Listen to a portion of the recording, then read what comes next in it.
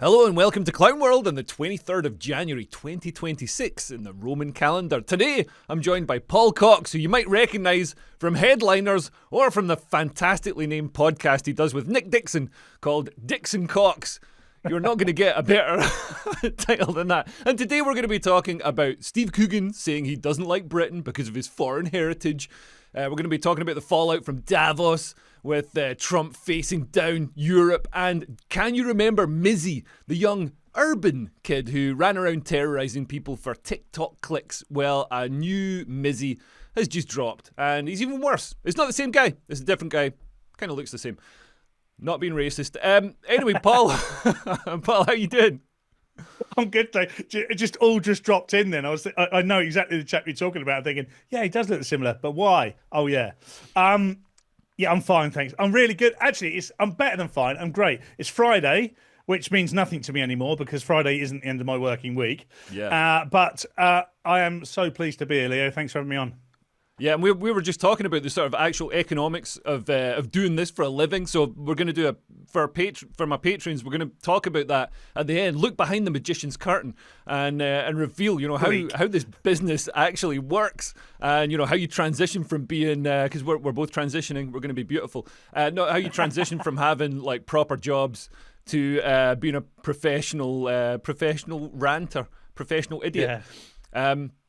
But yeah, it's been an interesting week with Davos. Davos is always entertaining. But the thing that really caught my eye this week was Steve Coogan saying he didn't feel affinity, or he was ambivalent towards the British flag because I assumed Steve Coogan said this. I assumed he was going to be like, because I'm a posh English guy. I know he probably thinks he's working class, but no, Steve, you're posh now. I thought he was going to be like, yeah, because I'm one of the elites in England, and that's why I've got ambivalence. But he says it's because he's got Irish roots. Yeah, look, it was like watching archive footage, actually, of something from maybe, and when I say archive footage, I mean like watching something from 2019. Listening to people like, by the way, let's have it right. Steve Coogan's a brilliant comedian, brilliant writer. I'm sure you appreciate his work as much as I do. But then you listen to these people, and you're like, oh, for goodness sake. Of course they've got these opinions. And I think they're preaching to a choir that's getting smaller and smaller and smaller because he trips himself up and contradicts himself all throughout it. Talking about the fact that he doesn't like Britain because he's from Ireland. Yeah. You're on our side. You're on our side, I think. You just got it all wrong, Mr. Coogan. It's Britain that we need to protect.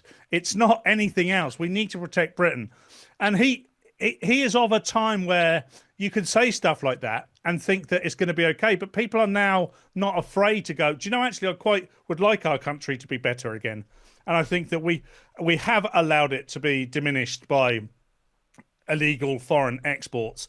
And that is a problem, and we don't like it. And also, our culture has been sort of just constantly under attack. And it's usually under attack from the people who, I'd have thought Steve Coogan is like, he's one of those, Jeremy Clarkson type figureheads of British culture. The sort of seam of British humour runs through the heart of Steve Coogan. But what I'm finding now, he used to be this guy who's like a smart, switched on guy who did these horrible characters that you sort of love to hate. And now I like his characters more than I like Steve Coogan. It's the other way around. Yeah, do you know what I think? I think he's trying to preach to a very small choir, and that choir is, bosses at the BBC as well. He's doing lots of character dramas where he's playing serious roles for the BBC. Yeah. Jimmy Savile, etc. Yeah, Savile, etc. And those are big paydays.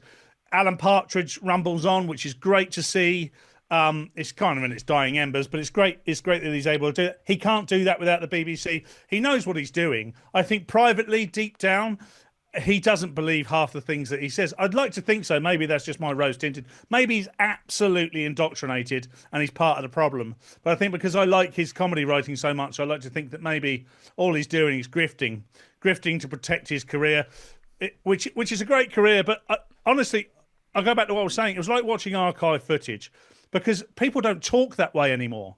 Yeah. Maybe I'm just in this ex-bubble where you and I, Nick Dixon, Simon Evans, and a bunch of our other hard right people are just there ranting. But honestly, I can't believe anyone thinks the way that Steve Coogan spoke.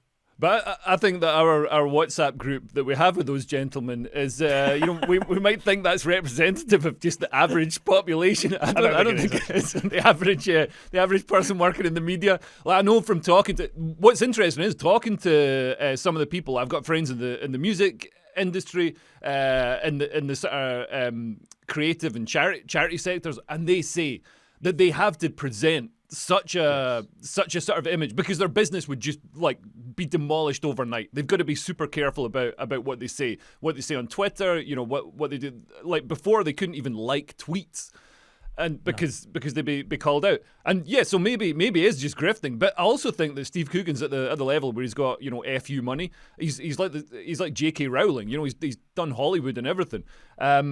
So I genuinely think he believes it. And I genuinely think a lot of people get suckered in by this sort of leftist idealism, this utopianism, because they've got they're insulated from any of the negative impacts. Like if people come across the border, if they're dumped in army barracks or whatever in Crowborough, it's not affecting Steve Coogan. Like, no. It's actually interesting that Crowborough is one of the places where they're getting a big illegal migrant camp because that's quite a posh part of England. And, up until now, it's been city centres, it's been, hotels in sort of run-down towns, by and large. And, so people could be, Emma Thompson could stand on her yacht and be like, of course we should welcome them into other people's neighbourhoods. We should welcome them into the poor neighbourhoods. I welcome, like Lord Farquaad saying, like thousands of you may die, but that's a risk I'm willing to take. It's the burden falls on someone else, and the rich insulated person gets all the luxury of wallowing in this glorious belief, this virtue to present to everybody. Yeah, look, going back slightly, I've got a friend who is a legitimate journalist. She's a filmmaker. She relies on the liberal left bubble and machine to get paid, and she enjoys nothing more than speaking to me about her real opinions. It's like confession. It's like I sit behind a grate and she just tells me what she really thinks. And she would never, I would never mention her name here. I would, she has a family to support and a career to maintain. Yeah. But there are lots. That's why I sort of look at some of these people. But you're right. Steve Coogan does have FU money, and he could quite easily just come out and say what he thinks. And maybe I'm much mistaken, and he does think that. But with regards to Crowborough, yeah, absolutely. I live near Portsmouth in Hampshire, and just down the road is a place called Gosport. It's not pretty at all. People know it as a pretty bad area. It's a go-to place. I'm performing there on my tour.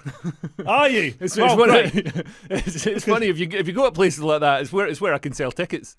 Well, it's exactly. And God bless them. Exactly that. Yeah. But they've got Hasler's in Gosport, which is an old military base, military hospital. It's no longer a hospital. It's just sitting there quiescent, doing nothing. But they're talking about putting a migrant camp in there. In fact, many moons ago, they used to have a migrant camp there. It used to just be an immigration holding point when immigration was real, and the immigration officers could say, "Oh, you plead asylum, do you? I don't think so, mate. Get in Hasler." And then they'd be engineered back. Or we'd have people like, genuinely coming. Like, these immigration laws, these asylum laws were developed like in the wake of World War II to deal with, people come from Europe, like Europeans. Like, they weren't written with the idea that what if people from the Horn of Africa exploit this system? So, there's a big difference. The system's now designed to help them into the country and keep them in the country. It's very deliberate. I have personal experience of this. My father-in-law was an immigration officer. He's 80 years old now. He's not. He's no longer working. But him and his colleagues, who I've met a few, they're all sort of, they all still hang out together, and they'll often come to my comedy clubs. And they were all qualified. They all spoke 3 or 4 different languages. They all understood geopolitics. They all could tell if someone came in from a certain place, they could instantly ascertain whether they were were trying to mug the country off or not, because they knew the sort of people that were coming into work, and they knew the sort of people who weren't, and they knew that based on their political prejudices. Exactly, but they were qualified to make that prejudice. And absolutely, man. Like when I say that, I'm not saying it like a bad thing. It's like one of the things that I can't like when what's his face, the guy who came in from Egypt and was welcomed in by Starmer and stuff. Abd El Fattah. I could tell straight away that he was a wrong'un just from looking at him, just through prejudice. You know what I mean? And it's amazing. It might not be, it might not be right, but it's always correct. Yeah, well, exactly. And these guys would plead asylum. That now, if you plead asylum, you're instantly into the system, and you're never going home. Yeah, you're never going home. Yeah, which is a huge carrot, a huge incentive for people to come, because they know, like, once they get here, that's it, they're here. Whereas my father-in-law and his colleagues, pleading asylum didn't. So what? Let me have a little look at this. What are you coming here for? And they'd analyse their bank accounts. They'd analyse their travel history. They go, well, last time you went somewhere, you never went home for 6 years. What are you planning to do here? And all this sort of stuff. And they'd go, I don't think so, mate. And they'd been making the decision at that point, and they'd send them into a place just to be, and it might take 3 or 4 weeks, but they'd basically be on a conveyor belt back out of the country. And they'd have to try and come back with a different excuse at a later point. And it worked. That's why we had immigration at the levels it did. That's why we never knew that Hasler had an immigration camp. That's why Krober was never needed. That's why no hotel was ever used. Because now it's like a pre-asylum. Oh, okay, no worries. And they're no longer called immigration officers. I think they work for I think it's like UK Border Force, and they're basically completely underqualified. These people used to have degrees. They used to have proper education. They have to speak different languages, and they'd often be sent to other countries as well. My father-in-law and his colleagues went and worked in Africa or Pakistan and places like that. They got to see what the problems were. They got to identify. By the way, the class system, they knew that if you were coming from a certain country, no matter how bad we perceive it, that you were probably only coming to the UK if you're at the lower order of the demographic. They knew that they could go, oh, you come from what village? Oh, that village. There's no way you're coming into this country, because we know there's only about 2 families in that village, and you've been effing each other for centuries, and we don't want you here. There's nothing for you here. You can't work here. You've got no qualifications. You add no value to the country, and they'd be on their way back. That now is considered prejudiced, racist, even bigoted, probably. And by the way, that's exactly what we need to be. We've sort of made all these things taboo, and we're like, no, what do you want? But there is a reason that we've developed beyond that point. We've criminalised your most valuable instincts. Exactly. And we know that. I mean, I watched a video this morning of a guy just walking around Birmingham, and there is detritus and crap all over the park, just everywhere. And the Welsh, you might have seen this too, and I'm sure your viewers and listeners have, the Welsh mountains that are covered in crap. This has only happened in the last few years. You didn't go to the Welsh valleys or the Welsh mountains on a hike and find crap. Everybody respected it. Everybody valued it. The locals did. The visitors did. Now, all of a sudden, we're supposed to think that all of a sudden the Welsh culture, the British culture has changed. It hasn't changed. It's just been infested. It's almost as if when people come here, when they step onto British soil, they don't suddenly become imbued with a great desire to be a custodian of the land and hand it down to their children, like people have done for millennia in the UK. I mean, maybe some of them do. I know some people who come here and they're they've got more patriotism, more pride in this country than anyone else. But if you let anybody come in, you're bringing in, and you're ruining it for the people who come and do contribute. And it's interesting. It comes back to this point with Steve Coogan, because Steve Coogan said he felt antipathy towards the British flag because of his Irish heritage, and I don't even think like both his parents are Irish. Maybe they are. I don't know. I mean, but he's not like Morrissey, who's like Irish blood, English heart. He's not like. I mean, obviously I've got Irish family, and they don't even see much of a distinction between Ireland and Britain. They see it as one unit, a very similar culture. It's like the difference between Wales and England, or Scotland and England. But Steve Coogan, by saying that he has antipathy towards the British flag because he's got foreign roots, is actually making the case that a lot of blood and soil nationalists, Steve Laws, people like that, say that if you've got foreign heritage, you're never going to be truly British. And Steve Coogan is there saying, like, I've got foreign heritage and I'm not truly British. He's making the point. He's making the sort of ethno-nationalist point for them. It's such a sort of obviously dumb thing to do if he really supports mass immigration. This is why I struggle with this, because he's a clever guy and I can't believe that irony's lost on him. When he's saying something, maybe, look, we've all been asked questions and given answers and maybe thought afterwards that probably wasn't my point of view. I just went with the flow of the time. I don't know. I don't want to defend Steve Coogan here, by the way. And with regards to Scotland and Ireland, I've got a Scottish family, I haven't got any Irish family. And the more this immigration scandal continues, the closer we get. It's ironic how it's brought us all together. What's happening from people I know who live in Ireland is they have the same problems, so they relate to our problems. Scotland, a bit less so. I know people who live in the posh parts of Edinburgh, and they don't have the immigration issue in the same way as they do in Glasgow or down in London or whatever. But what they're doing is they're watching what's going on and think, we don't want this here. So right. we are, we're... And they've got the SNP, who would absolutely love it. The only reason that the immigrants haven't made it up there yet is because it's too far away. As soon as they get to, they get to Blackburn or whatever, Rotherham, and there's plenty of things to be getting on there, gangs to join, children to exploit. So they don't quite make their way up on their jolly. No, they end up staying in those places. But one day they will. I've also got a friend who lives in Lithuania, and her point is that Lithuania is this great country. And I actually agree, by the way. The more I learn about Lithuania, I'm like, yes, it's because you are 2 million, 3 million strong.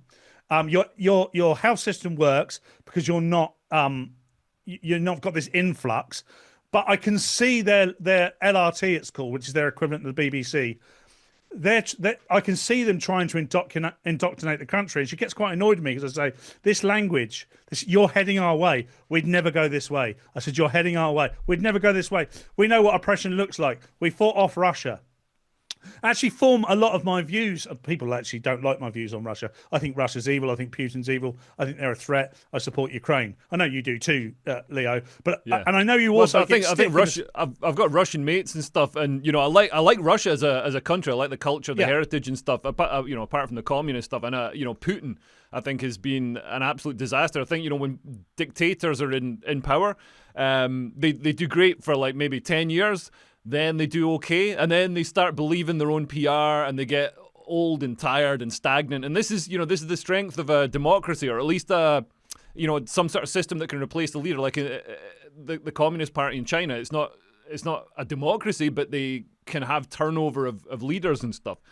Like in Russia, it's just stagnated, and he's got that sort of 25 year curse of the dictator, where he's like gets full of hubris, thinks about his legacy, and he's really sort of screwed it up with Ukraine. Still an incredibly smart operator, like the way he's, especially with Trump, and I can understand why Trump has some sympathy, or has lets Putin have his ear, because you got to remember how the Democrats and the whole Western media tried to stitch Trump up with lies, with Russiagate, with an absolute concoction. So that's obviously going to make bedfellows of the conspirators, or the supposed conspirators.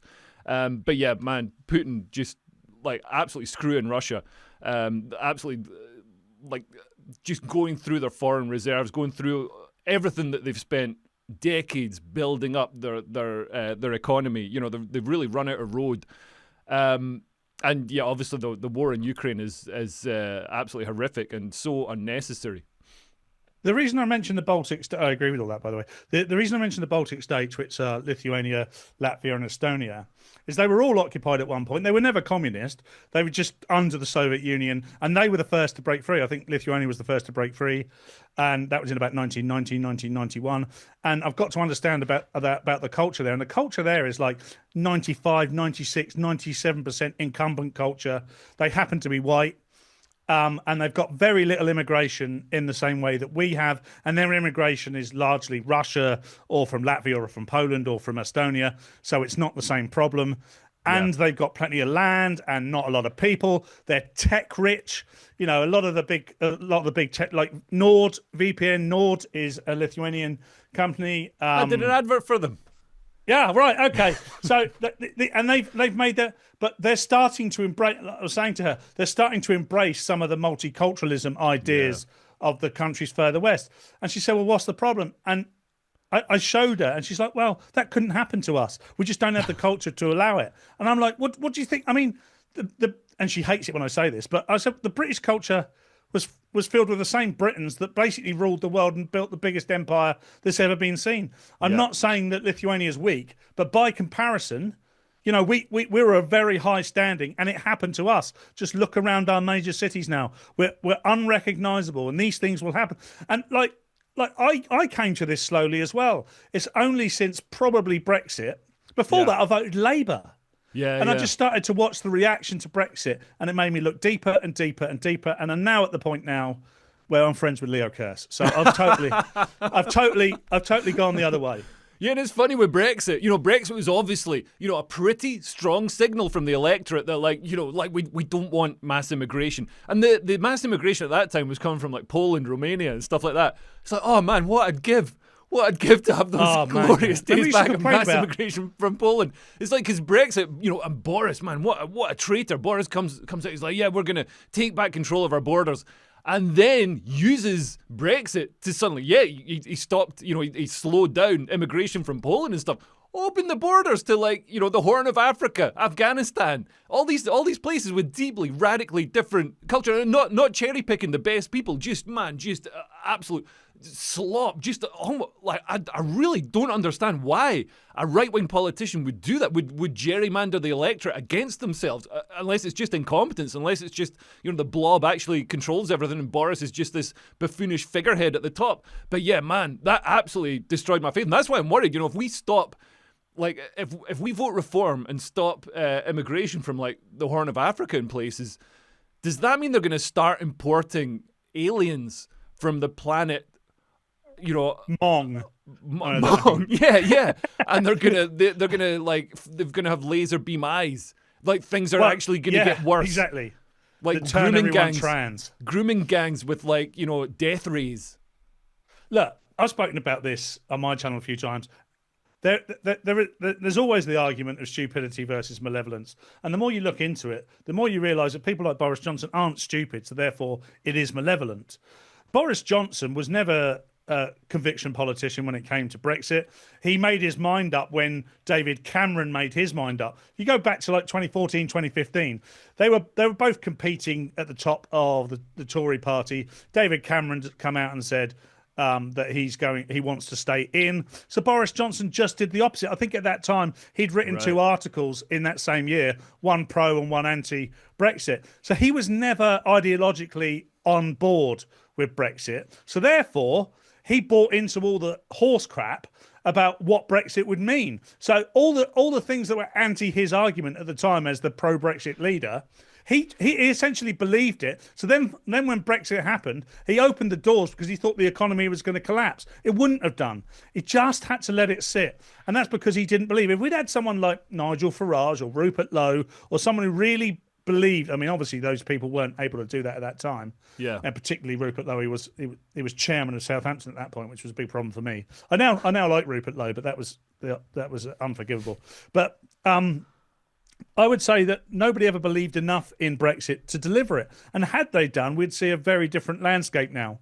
And it's probably going to be too late. By the time Reform get into government, it's probably going to be too late to reverse ferret a lot of the stuff. Because as we stand, the Labour Party are writing legislation that ties us to the EU forever. So what you've got to do is basically set fire. That's impossible. Like, we've got. I know we don't have a proper constitution, but there's like some sort of constitutional rules. Well, it's a basic sort of democratic rule that a government can't write legislation for a following government to follow. Like, you can't force the government after you to do these things. So, you know, it could be overturned. And I think we're sort of we're getting close to the point where actual democracy, like, just like what happens in Parliament is going to stop mattering. We can already see people having to take things into their own hands. We've seen this with, you know, the protests against asylum hotels. You know, Ballymena, when they burnt out the homes, you know, the problem families. You know, horrible stuff. But, you know, these are people who tried to resolve it democratically by engaging with politicians and stuff. In Crowborough this week, they're setting up resident patrols to patrol the town. and make sure it's safe from migrants. That's something like that sort of thing is always in Britain, or not always, but for the last 100, 200 years has come under the jurisdiction of the government. We've had a police force that polices with consent. Yeah. Now the police aren't policing. The police can't police because we've brought in who knows who and dumped hundreds of them on a camp right next to this town. So if you're I've got a daughter. If I was there, I'd be joining that patrol. You know what I mean? I'd be opening a stand selling pitchforks. Yeah, I'm from Waterlooville, and Waterlooville, most people won't know where Waterlooville is. It's in Hampshire, about 15, 20 miles north of Portsmouth. But the reason some people might know Waterlooville is because Suella Braverman stopped an immigration hotel coming to Waterlooville. Now, the town centre in Waterlooville is very downtrodden. The demographic in and around that area is lower working class. And I think that local councils thought they could take advantage of that. That's often the case, by the way. They think they're not going to get... A lot of people in those demographics are relying on the government to keep them going, essentially, for handouts. So therefore, they don't put up too much of an argument when these things come into place. But I have a 16-year-old daughter who's doing her A-levels, and the idea of having, as it would have been at the time, and Suella Braverman did a good job of stopping it getting in, hundreds of let's say the cliche, fighting age, men from God knows where, just wandering around the town. Now my daughter doesn't go into town, really. She does occasionally wander up there, maybe go to the library or something, but there's not a lot for her there. But the idea that they would all be there within a mile or two of my house, for me, really brought... I was already on the side of being against it, but the idea that it would be there... I was fully in support of all the process of that, and it does take local reaction. Now, I talked about them being lower demographic, lower working class people. It's those people, actually, that are willing not to be scared of being called racist or bigoted. So it's actually quite easy for them to coalesce around the argument, get Suella Braverman on board and say, absolutely not here, mate. But they're the people with the balls to actually, do something about it. And, obviously, you can't condone the methods all the time, but you also can't call it, mindless or, motivated by racism or whatever. This is, these are people who've really been left on the scrap heap by society, the liberalisation of society from the 60s, the 50s, 60s onwards. Obviously, it's great for the economy overall. It's great for people who succeed, who move away from these places, go to London, use the grammar school system or whatever. But it strips away a lot of the support structures that would protect those, like the vulnerable girls in Rotherham or whatever. So vulnerable people. And also people who, really should be succeeding, but their jobs are gone.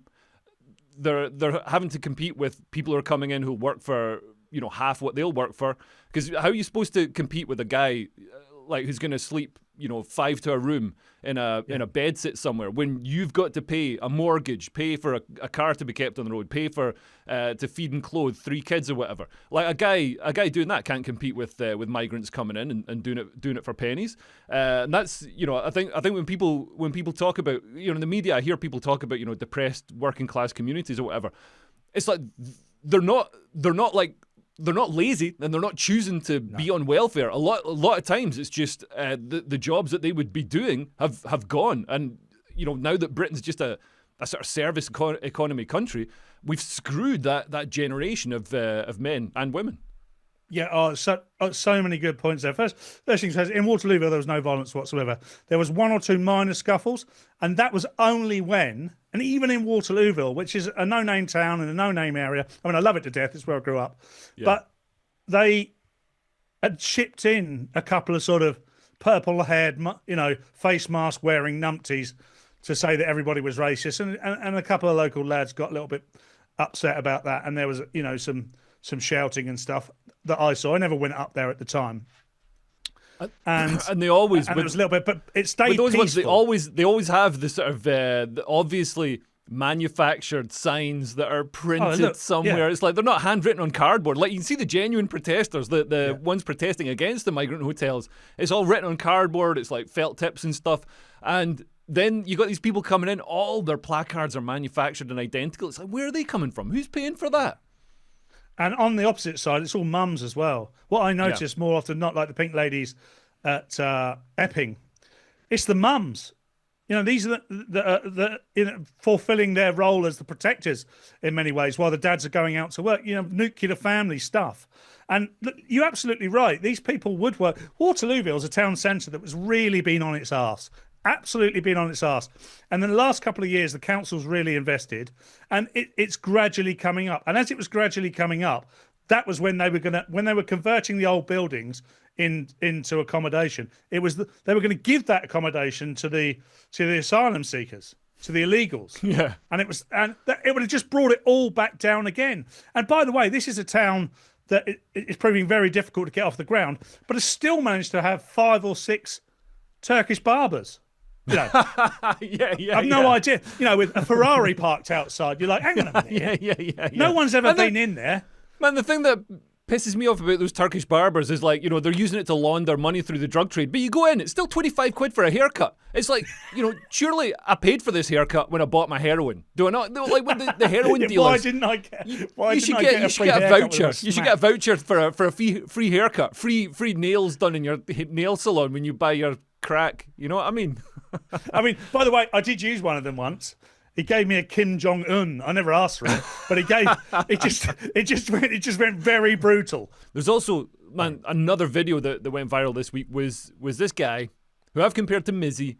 It's a young black kid who's going around with sort of face covering on that became popular during COVID. I don't think the COVID maestros realised what they were creating when they encouraged everyone to cover their faces in public and made it socially acceptable. Because now all the kids run around with these face coverings on so you can't see them. But yeah, this black kid is following women and he's like helping women get home safe at night, and he chases after them, obviously scares the wits out of them. Yeah, it's very sinister. There are 2 types of people who wear masks now, isn't it? It's the purple-haired monks and which you don't need to be scared of whatsoever. They're just cowering in the corner scared of someone coughing. You should be scared because they've got the vote. Yeah, okay, yeah. They do actually. In fact, they're in charge. No, they've just got the vote. At the moment, they're in charge. The purple-haired Mong is Keir Starmer personified. That's all that is. And then the other type is these criminal types of all different backgrounds, but usually foreign backgrounds. But it's terrifying. And at first, I was like, Is this just a prank video? But there's the harder you look, the more of it there is, and you're like, this guy is literally walking up to women at night, and his idea of having them home is scaring the living bejeebies out of them and chasing them through a quiet street. Yeah, and it's getting traction. People are watching this stuff, and it's like we should be eradicating that immediately. And it's interesting that Keir Starmer and all the other lefties who came out and said, it's absolutely despicable that Grok AI is being used to put bikinis on women or whatever. Like, they're not coming out and saying that's absolutely despicable that this young man is chasing women in the street. And that, if they ever make a Netflix drama about him, he's going to be a white kid.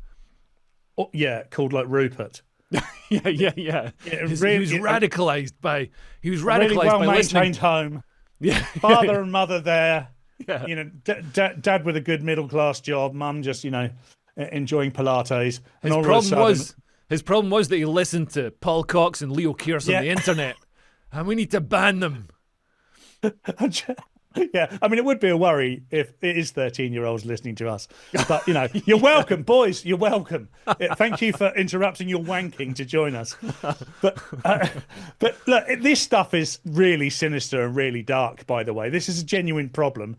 This is on the back of sort of men trying to defend their space and say, look, we will cross the road.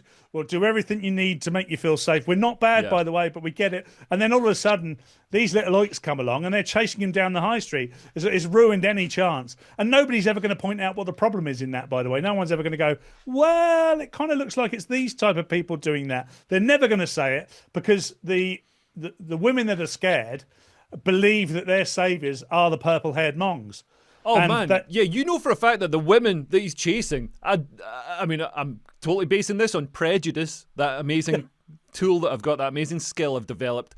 But you know for a fact that like 95% of those women getting chased are then gonna, the next week they'll walk into a polling booth and they'll be like, where's the most open borders, lax on crime, left-wing party I can vote for? And they'll vote for it. And then, the next week they'll get chased again and they'll be posting on Instagram. It's like, oh, Britain's streets aren't safe. Yeah, and they'll base it on the fact that the statistics, which by the way are devoid of any per capita reasoning, will say that, well, it's 80% white men that do this, Yeah, but I per love it. I capita. love it when they do that. When Narinder Kaur or somebody pulls up the stats and they're like, "Well, actually, if you look at this, it says that people from Eritrea commit far less crime in Britain than people from Britain." And it's like, yeah. What were What you it doesn't experiencing, tell Narinder? you is that over 100% of Eritreans are committing crimes. It doesn't bring only 3% of Eritreans. There's only 2% in the country. It's like they don't. I don't know if you ever went to this, but I won't say where it is, just because I wouldn't want to. I wouldn't want to out or dox it in any way. But GB News used to have a summer barbecue or summer get together in a place that was essentially a sports place. Yeah. And one year I went along to this, and it coincided with the Eritrean football competition that just basically every Eritrean in London was playing at. And it looked like GB News had their summer barbecue at an asylum sneaker camp. It was unbelievable. It was It even genuinely had unbelievable. the big metal cages. It was more They secure, were. for the football. So it was more. It looked more secure than an asylum seeker camp. We're all there with wives and girlfriends and children trying to have a night time in our, in our white paradise, talking about asylum sneakers, and they're all on the other side of the fence, just angry and rapey. No, to my Eritrean followers, I abhor those comments. And I'm just being satirical. Obviously, only 50% of them statistically were rapey. but yeah, it was almost like we'd chosen it deliberately to make some sort of point. Yeah, I'm sure they're all lovely, by the way. Yeah, but yeah, man. Yeah, I love it when people like disabuse. But there's that great quote by someone on Twitter who said, and I love that the quote will just be like someone on Twitter. But they said that it's impossible to sort of have a meaningful debate with left wing people because they willfully choose to they choose to be thick. But I don't know if they are true. I think a lot of left wing people, I've spent a lot of time on Reddit, and I think a lot of left wing people are genuinely quite thick. Well, yeah, well, that's true. But this has been the great trick that's been committed by the WF types, the New World Order types, where they needed to encourage multiculturalism in order to achieve their dastardly plan of getting people, open borders. And in doing so, they appealed to the people through kindness and said, well, of course, if you agree with us, that makes you a good person. And you've got lots of sort of gullible lambs waiting to be slaughtered going, oh, yeah, I want to be considered that. And at some point in my life, I must have been one of those people going, yeah, well, I just want to be considered that too. And then when you say it openly, I want to be kind and I want them to be kind, and everyone goes, yes, I want that too. And then all of a sudden, people come along and they disrupt that, and they go, well, hang on a minute, we've noticed. Have you noticed? This is what we've noticed. And for a while, everybody gets, oh, no, look, we're the kind people there. Look at what Leo's saying on Twitter. Yeah, stop noticing. Yeah. That's bad.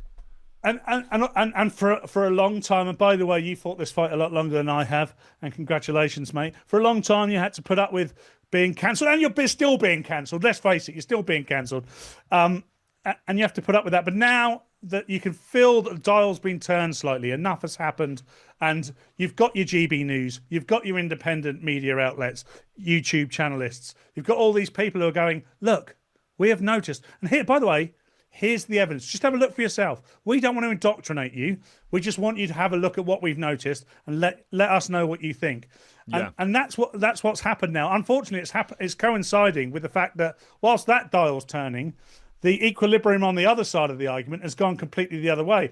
We've got the illegal immigration through the roof. We've got the legal immigration through the roof. The people that enabled it, the stupid people, are all looking around going, no, well, we don't know what to say now because we can't possibly point out that was wrong. But our argument's starting to. I don't know how it justifies itself, how it rights itself. And we talked a little bit earlier about Parliament and what that means. I think we can overturn a lot of things because, you're not held by the previous government. But what makes laws and legislation is the Lords. And what I'm hearing anecdotally, because we know people in the Lords now, we've actually risen to a point where we know people in the Lords. Mental. And you talk to them and they're like, we are fighting the fight in the Lords now because people who are on the liberal side of the Lords, which are many, by the way. Oh, yeah, we've had 25 years of liberal people just exactly. being, piling up in the Lords. They're secretly in the background putting in legislation which would stop someone like Nigel Farage enacting any of the policies he would want to. Yeah. I think when Farage gets in, it's got to be, a sort of a blitzkrieg. Maybe blitzkrieg is the wrong word to use given the context, but, it's got to be like when Trump got in. When Trump got in, there was just all these executive orders, and he was just like, bah, bah, bah, bah, bah. And he was like, what's this one? What's this one? And they're telling him, and it's like, there was so much. It was such a barrage. They couldn't, the deluge was so great that the Democrats couldn't stem it. They could maybe take some and try and overturn them in courts, but there was just too much for them to deal with. And, for the Democrats being disorganized and lacking a lot of the sort of motivation to actually do it, and, with the process in the courts taking so long, by the time, even if stuff does get overturned, it's 6 months down the line and it's happened. So I think, reform have got to come in with something like that. And it's sort of, because we're at the point, I think reform is kind of like, the next election is going to be Britain's last go at resolving its issues peacefully and democratically. And I think if reform don't grasp that opportunity, then, and I've got, I think I'm feeling quite positive that they will. But if they don't, then there's going to be, man, we're at the point where all it's going to take is an economic downturn, and we've got the situation of the sort of Weimar Republic. We've got social degradation. We've got the sort of a lot of the sort of corruption of society and children. With all the trans stuff. We've got a lot of that stuff. We've got a lot of resentment. But I mean, imagine how much more rapid and how much more like Hitler's rise to power would have been if there had been grooming gangs. You know what I mean? This is what people don't realize. There's so much sort of anger and resentment's the wrong word. It's more than that. It's a real justified anger about this, and I really think the politicians, the people at the top, have to deal with this because it's gonna escalate beyond the point of containment if they don't deal with it. That's an interesting paradigm to use because Rupert Lowe's self-funded, crowd-funded inquest into the Pakistani rape gangs starts next week. And he tweeted yesterday saying there's going to be a lot of things in there that people are going to be shocked by. At first, people are going to go, well, this is Rupert Lowe's boys. And of course they're saying this. But I think it's going to become insurmountable and the evidence is going to be so strong that people are going to get on board. And I think once normies start to see what that really entailed and how many people looked away, I think that will turn the dial again. And by the way, talking about if at this point you're still listening to Leo and I and you're not convinced, if you look at what Donald Trump did, and particularly with ICE, the guy who leads ICE, I forget his first name, Homan's his surname. Tom Homan. Tom Homan. He was given an award right back in 2012, 2013 for essentially removing 925,000 people under Obama. An award. Yeah. Right.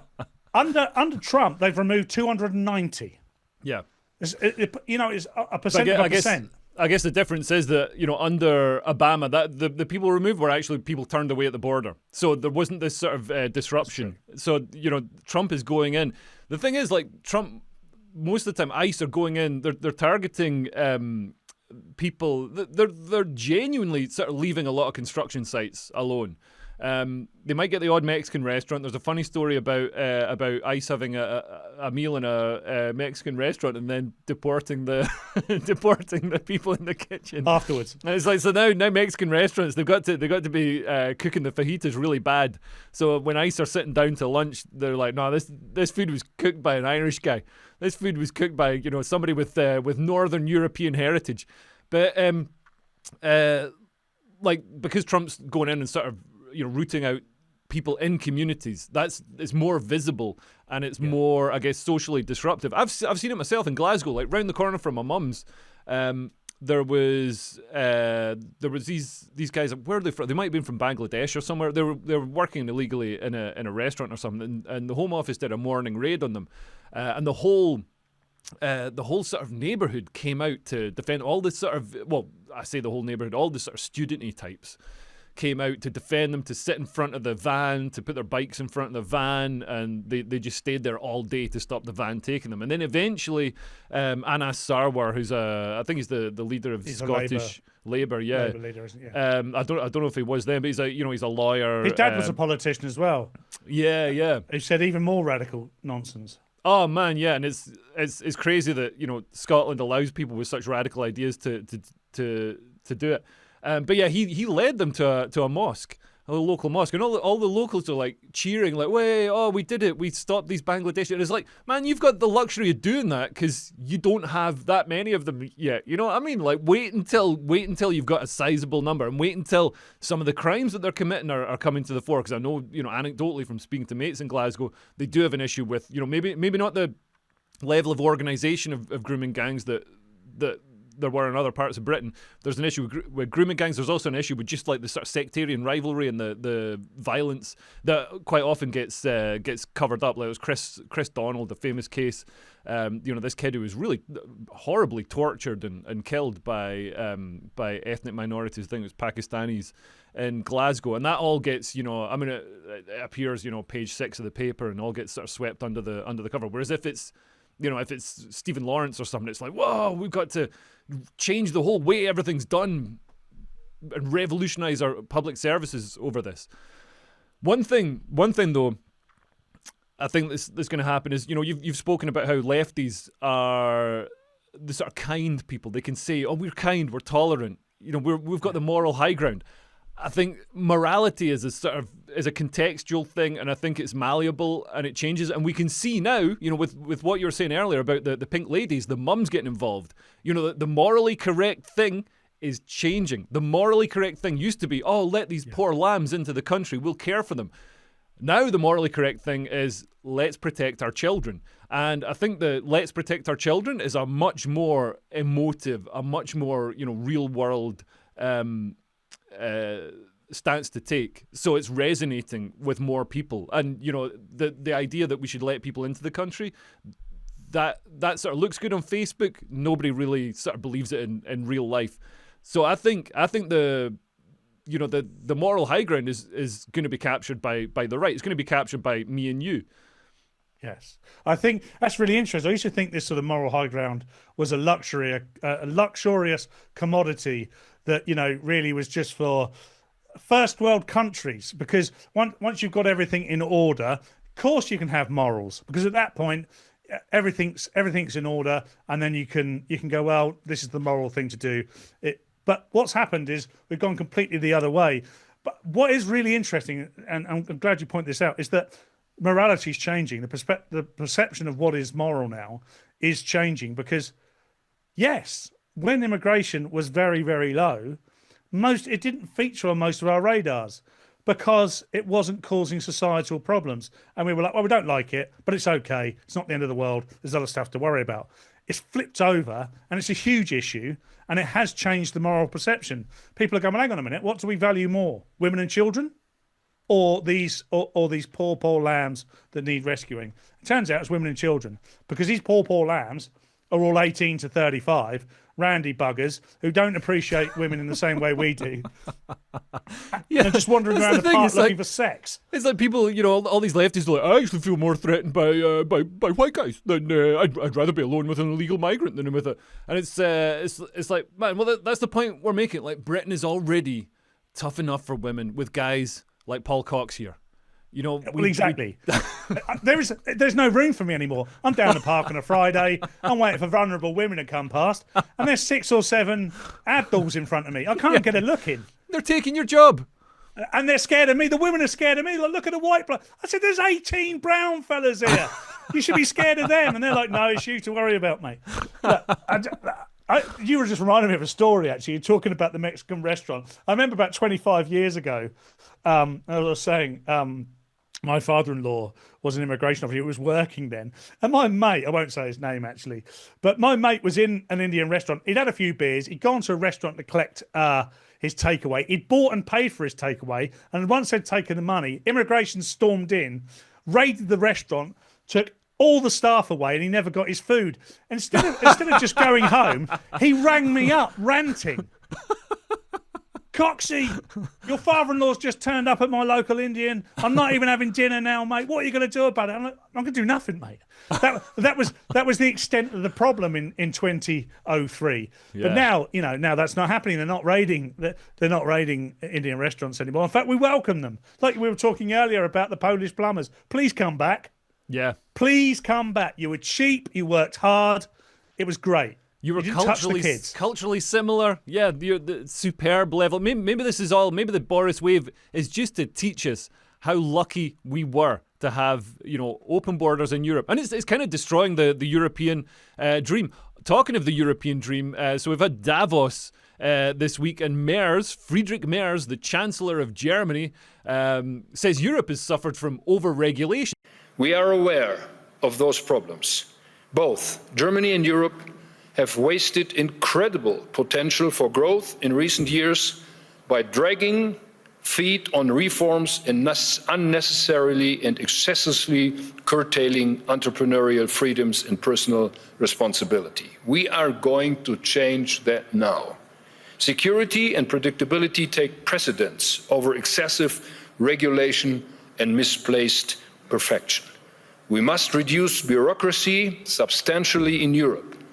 The single market was once created to form the most competitive economic area in the world, but instead we have become the world champion of over-regulation.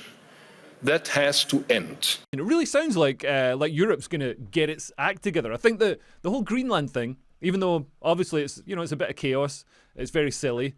It didn't end up with Trump getting Greenland, but it's really sort of slapped Europe out of its stupor. That even Putin invading Ukraine, like what was it, 3 years ago? It's getting on. Yeah, 22. 4 years ago. 4 years. Yeah, it's crazy.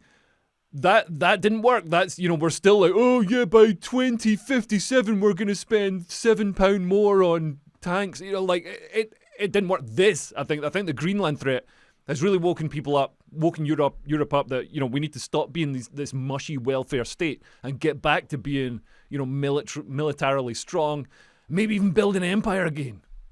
I just can't figure out if Donald Trump knows what he's doing or doesn't know what he's doing. But inadvertently, nearly every time he has a crazy spell, something good comes from it. And I don't know if it's because I'm looking. So I'm looking for that. But it does. I mean, I remember, like it was last week when he said, I'm just going to invade Greenland. See you later. 10% for you, 10% for you. And we're all going, oh, bloody hell, I can't support this, but I support Trump. And I remember just sort of right-wingers, these sort of chilled out right-wingers on Twitter, just sort of sitting back in my comments with a cigar going, it's not what he wants, Paul. What he wants is for Europe to up their defence budgets. And that's exactly what's happened. You get the German Chancellor coming out saying, by the way, you might not like it, but Donald Trump was right on a number of things. And they're all doing it. They're all rallying around. Even the ones publicly going, oh, we don't believe in this. This is wrong. This is wrong. They're all privately going, do you know what, though? He's got a point. And if we don't keep him on board, we're in trouble. Yeah. So he is righting a lot of wrongs, but doing it in a way which, well, we've never seen it before. It's like mad uncle stuff, isn't it? That mad uncle's lost a thumb, and he comes around every now and again because your mum won't let your dad's brother hang out too much with you, but he's allowed on special occasions.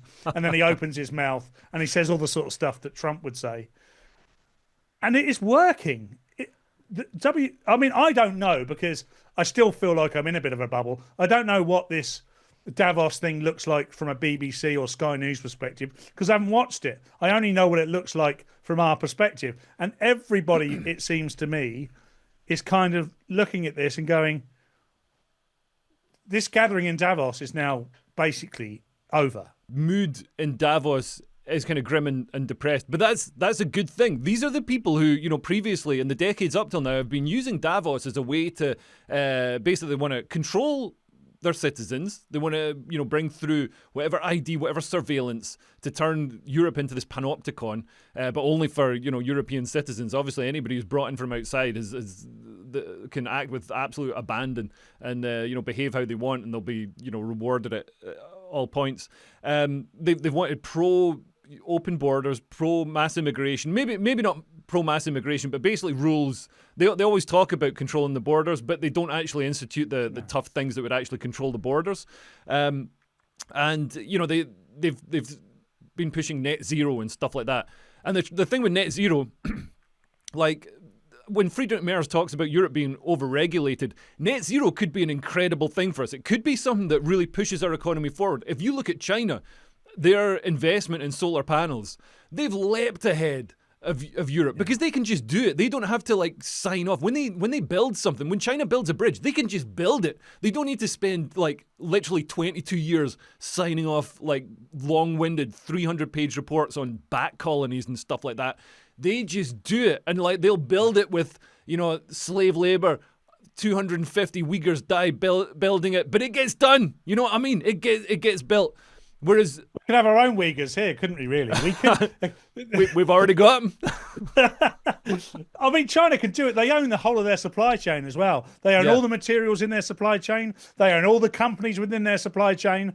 And this is where democracy falls over. This is where this sort of Western capitalist democracy falls over slightly. I mean, I'm all for it. I think Western democracy could be doing that, and I think it's great that Friedrich Merz wants to do that. And maybe the pressures of Trump on one side and Putin on the other will actually force. Necessity is the mother of invention. It'll actually force Europe to slash its pointless, stagnant regulations that a lot of times are just a sort of job creation system for bureaucrats. For the pals in the bureaucracy. It's almost like the mafia creating roles to siphon money out of a system. I really think they could slash it and make Europe super competitive again. Because if you look at Germany, which is the economic powerhouse of Europe, it's productivity and output is just tanking. It's absolutely disastrous. Part of that's high energy costs because of net zero. But like I said, China is doing the net zero stuff, and it's doing it where the energy gets cheaper. China is producing solar panels and the technologies that are being exported around the world. They're installing an amount of solar panel energy, the amount of gigawatts they're installing every year is it's outstripping all projections. It's just insane. The future is solar. But for a fact that if we tried to do solar in this country, all right, maybe Britain's not the best idea, but even a sunny European country, we would find a way to make it expensive and rubbish and not work and have Ed Miliband's face on it. Oh my God.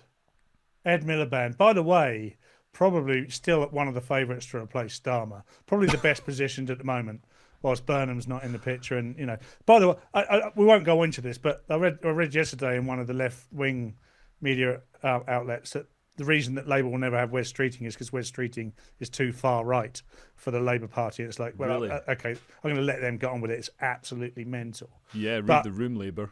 Yeah, exactly. But look, you're right. China are doing two things. They've been doing it, actually, if you've been looking, since about the early 2000s. They've been buying up all the raw materials in the world wherever they can. I remember having a house extension, a loft extension, I think, done in about 2006 or 7. And there's a little Chinese man. There's a little Chinese man in the loft. It wasn't a Chinese man. It was a full-on British bulldog, and all swearing and racist. Just the way all part of the remit that I asked for. But we were talking about the price of timber, and he was saying he just noticed that the price of timber had skyrocketed because basically at that point China were buying it all up. So every piece of timber that was getting, just paying well over the odds, paying double over. If the US or the UK was saying we'll buy your timber at £1, the China was saying we'll buy it at £3. Right. And we're going, well, we're just going there. So they sold everything there, which put the price up here. So which gave them a monopoly over the Western economy, and still does. Yeah. Every big Western economy has to reach into China to be able to survive. And by the way, if you're in Europe, has to reach into Russia for its fuel. One of the reasons Brexit's failed is and people see that things cost too much. It's not because of Brexit. It's because we have the highest fuel costs in the world. Yeah. So most of manufacturing or food production relies on energy costs. If they're through the roof, you are paying massive amounts. And the reason it is because we're thick. We've sold it all away. We've sold our sovereignty away. Yeah. We didn't even take control of our borders, and now we can't afford to do anything. Yeah, and even when we've got successful energy companies in this country, like Harbour Energy, based in Aberdeen, incredible global success story. They produce oil and gas all around the world, and they produce it from expired wells. So they're kind of like the sort of the recycling of they're almost clearing out this oil that has just been left under the ground. They're doing great work, great British success story. They pay so much tax because there's I think it's 78% windfall tax on top of your whatever corporation tax, all the rest of it. They pay so much tax. They paid over 100% tax last year. They made $1 billion profit and ended up actually like in the red because their tax bill came in at 100. I think it was 106% effective tax rate. So they had to fire 250 staff. 250 like hardworking, British, high-skilled staff. The sort of people we need to be protecting, not firing. And immediately dead, by the way. That industry then dies, right? If that's happening in China, that goes on to make 2 billion the next year, 3 billion the year after that. Yeah. And the success builds and grows. And alongside that are smaller businesses that get brought up with it and smaller businesses behind that.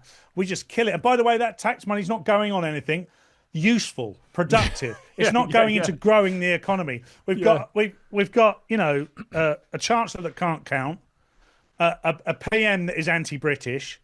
We got Ed Miliband in charge of where that energy money goes, and he's an absolute zealot, a mental zealot. Yeah, he's serenading wind farms with a banjo, but he wouldn't know how to spend that money at all correctly. It's preposterous, and we have to almost wipe the slate clean and start again. Literally, it's gonna get a lot worse before it gets better. Unfortunately. Yeah. Just looking at Davos as well. So Trump had some absolute, he's such a funny guy. But some of the stuff he said the Swiss would all be speaking German if it wasn't for America. And then after the war, which we won it big. Without us, right now you'd all be speaking German and a little Japanese, perhaps.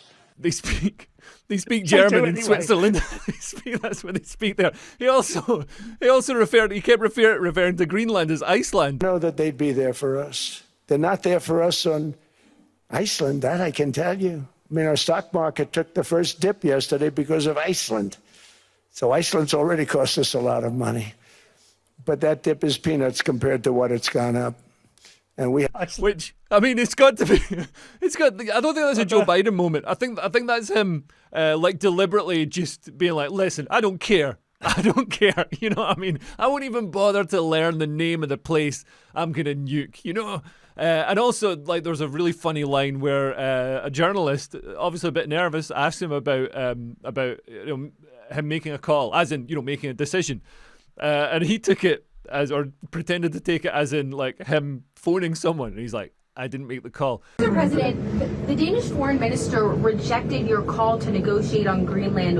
What will I didn't call him. No, sorry. The Danish foreign minister rejected what you said in your speech that you were hoping to negotiate. Everything he says is so funny, but he has buried the hatchet regarding Greenland, and it's. I mean, I don't think he's actually got it anywhere, or what he originally said he wanted. If he actually wanted Greenland, if he'd have gone in, nicey and, smiling and saying, hey, let's make a deal, and appealing to the people of Greenland and saying, hey, do you want $1 million and a green card? It would have worked. It's like with, the Falklands. So there was sort of discussions around, shared sovereignty of the Falklands.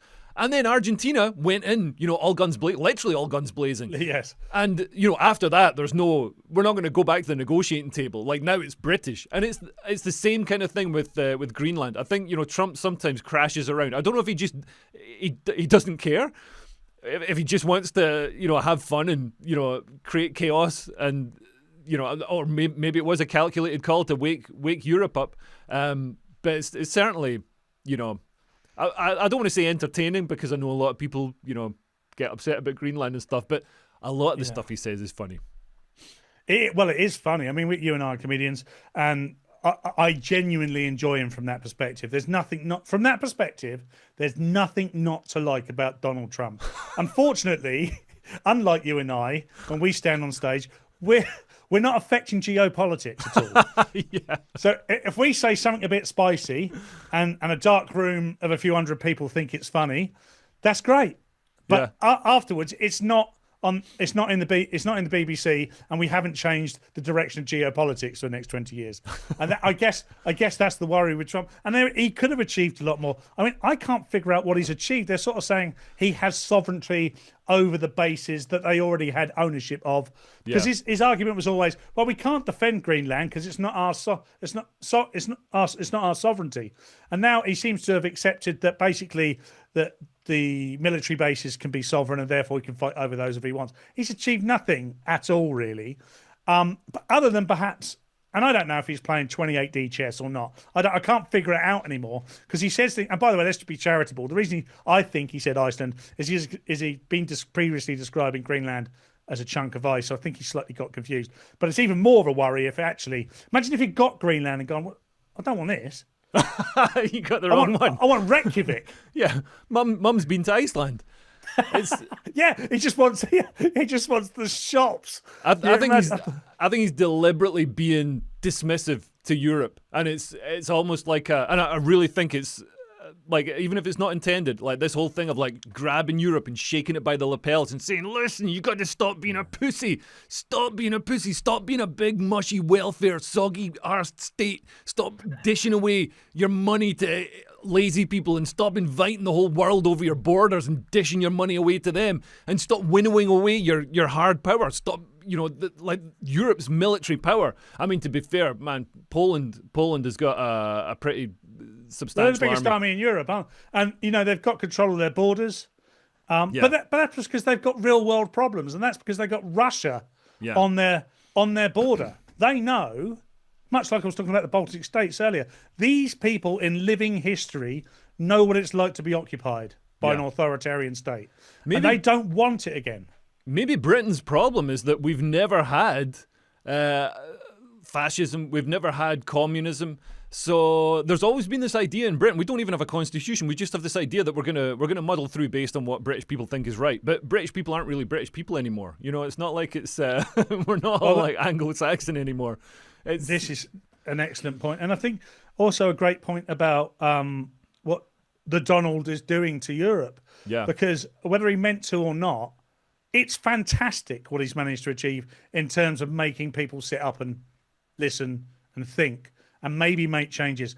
If we are also, by the talk about Poland and the Baltic states. By the way, we border Russia because we are. I know we've got the Channel and the North Sea and the Atlantic, so we do have an advantage, and it's one of the reasons we've not been invaded for 1,000 years. But they are still our closest allies. If they all went, we would go too inevitably. Yeah. And to justify 2 to 3% of your whole GDP on defence, with all that sitting on your neighbour's border, to me it doesn't add up. And if the US were to pull out of NATO, people have said, well, we don't need it. What does the world look like without the US? Well, what it looks like is 10 or 20% of your GDP going towards defence, because that's what you'd need to do in order to bring it back up. Because even though the US is only 12% of NATO, is 100% of the technology and the military power. So if they walk away, what are we going to rely on? Yeah. And also, it'd be great for British culture. Like, I think if I'd gone into the army when I was a kid, done 2 years of national service or something, that would have made. I'd sit up straight. I'd probably shave. Like, I'd have a. Imagine how right wing we'd be. Yeah, well, I think I'd have sorted myself instead of just being this sort of despondent, weed smoking, indigent youth. I'd have actually done something with my life. You know what I mean? Because we did go into the arts. This is some of the irony of what we do. Yeah. I mean, we are in the arts. I mean, the arts don't want us there, but we are in the arts. Thanks for listening to Clown World. If you want to see the full podcast where we talk about our route in the arts and the economics of what we do, then you can sign up to my Patreon. There's a link below. Have you got anything to plug apart from Dixon Cox? I'm not even going to plug Dicks and Cox because 50% of that goes to dicks. So no, I'm not. I'm joking. Please do watch that podcast. It comes out every Wednesday. But one thing I'd really love people to do, just for me, is go to @Paul Cox Comedy on YouTube. So that's @Paul Cox Comedy. I'm building my channel. I've got 6,000-7,000 subscribers at the moment, which is a small amount, but I'm very pleased with that. And I'd like to build that. And it goes into everything we were just talking about. Yeah. I'm trying to look after my family, and that family are white and British, and we know that's. We know. No, I'm joking. No, I am joking. By the way, a lot of this is jokes, but I'd love for you to go to @Paul Cox Comedy and support me there. Great. Cool. Yeah, there's a link below. Anyway, thanks for listening. If you want to see more stuff like this and stand-up sets, then like and subscribe. And if you want to see me perform stand-up live, I'm doing a UK tour in April and May. If you want to see if I'm performing near you, there's a link to tickets below. And if you want to support me making these videos, you can join a growing community of legends on my Patreon and get exclusive content, stand-up sets, live streams, all kinds of nonsense from as little as £3 a month. Okay, thanks for listening. I've been Leo Kears. Bye. Bye-bye.